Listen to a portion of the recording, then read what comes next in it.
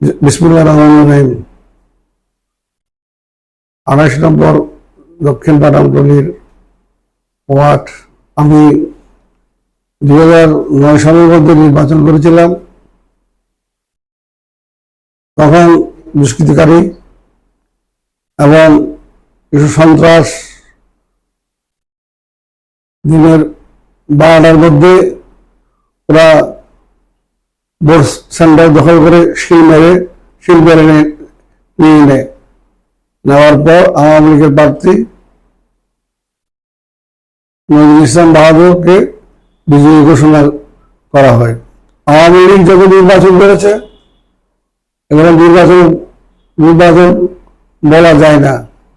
তারেক রহমান সাহেব যে নির্বাচন করেছিলেন 2026-এর নির্বাচন, এটা অত্যন্ত সুন্দর মতো নির্বাচন হয়েছেন এবং মানুষ নিজের মতো ঘর থেকে বের হয়ে ভোট দিয়েছেন।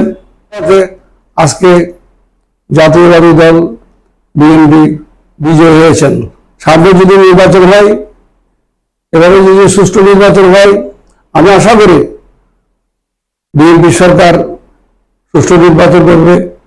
সুষ্ঠু নির্বাচন করলে মানুষ ঈদ উৎসবের মতো ভোট প্রয়োগ করবে এবং ভোট প্রয়োগ করে যারা ওয়ার্ড কাউন্সিলর উপযুক্ত তাদেরকে জনগণ নির্বাচিত করবেন। মানুষের ধর্ম নিবন্ধন এবং পাসপোর্টের জন্য নিবন্ধন এবং মানুষের স্কুল কলেজে ভর্তি করার জন্য একটা নিবন্ধন এবং ওয়ারেস সার্টিফিকেট, এগুলো খুব জরুরি। এগুলো প্রশাসন দিয়ে হয় না, কারণ প্রশাসন ঠিক মতন ওয়ার্ড অফিসে বসে না, এলাকার লোকজনও চিনে না এবং এলাকার লোকজনকে হয়রানি করে। আমি মনে করি অবশ্যই নির্বাচনটা তাড়াতাড়ি যদি দেওয়া হয়, তাহলে 28 নম্বর এলাকার জনসাধারণ এটার থেকে অনেক মুক্তি পাবে। আমি 28 নম্বর ওয়ার্ডের একজন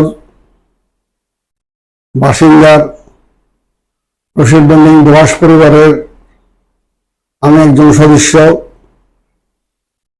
আমি একজন শিপিং ব্যবসায়ী, আমি একজন সমাজসেবক। যে করোনা 18 সালে আমি সে সময় নিজে ঘর থেকে বের হয়ে ঘরে ঘরে মানুষের সেবা করেছি।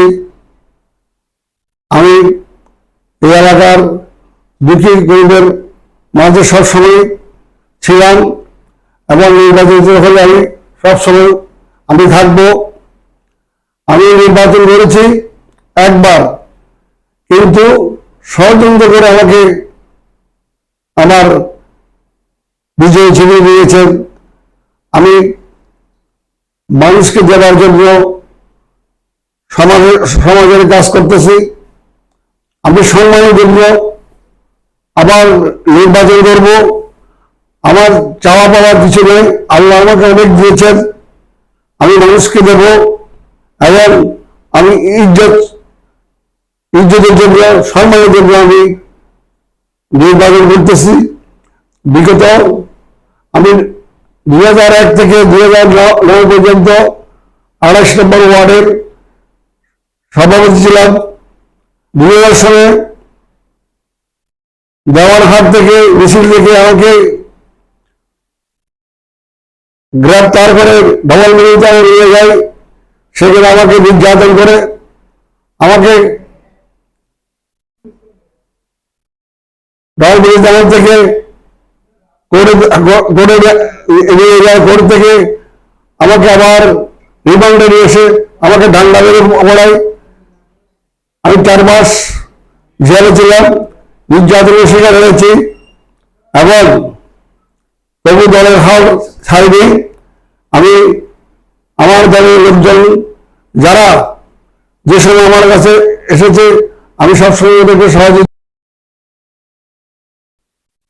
এবং দল যদি আমাকে সবকিছু দিয়ে চিন্তা ভাবনা করে সৎ মানুষ হিসেবে যদি আমাকে নমিনেশন দেয় তাহলে আমি নির্বাচন করব। আর যদি আমার এলাকার সাধারণ জনগণ যদি আমাকে চায় তাও আমি নির্বাচন করব। আমি সব যা করব আমার সম্মানের জন্য আমি এটা করতে চাই, এবং এলাকার সাথে সবার সাথে মিলেমিশে আমি কাজ করতে চাই। 28 নম্বর ওয়ার্ডের মধ্যে বিরাট সমস্যা, প্রচুর যদি বৃষ্টি হয় আগ্রাবাদ বাণিজ্য এলাকার মধ্যে অনেক পানি জমে যায়। এটার মেইন কারণ হল রাস্তার মধ্যে ময়লা তুলে আবার বৃষ্টির মধ্যে ময়লাগুলো নালাগুলি জমে যায়। আমি সে ব্যাপারে উদ্যোগ নেব, আপনারা যেন বৃষ্টির থেকে যেন মুক্ত হয়। আর আমাদের 28 নম্বর ওয়ার্ডে একটা মহিলা কলেজ দরকার। এটা ব্যাপারে আমি আমাদের মনোনীত যে মেয়র নির্বাচিত হবে তার সাথে আলোচনা করে প্রথম দাবি দিয়ে একটা মহিলা কলেজের ব্যবস্থা করব। আমাদের এলাকায় খেলার মাঠ নাই, এটার জন্য আমরা সিটি কর্পোরেশনের মাধ্যমে এটা ব্যবস্থা করব। আর এখানে যারা মাদক সেবন করে, যারা সন্ত্রাস করে, যারা চাঁদাবাজি করে, খেলাধুলার মাধ্যমে এদেরকে আমরা সমাজের আয়ত্তে আমরা নিয়ে আসবো এবং তাদেরকে ভালো করার জন্য আমরা চেষ্টা করব। আমি এলাকাবাসীর কাছে এটা চাচ্ছি, 2009 মধ্যে আমি আপনাদের ঘরে ঘরে গেছি। ঘরে ঘরে যাওয়ার পরে আমি আপনাদেরকে পিছপা করি নাই, এবং এলাকার লোকজন আমাকে সবাই চিনে, আমার সম্পর্কে জানে।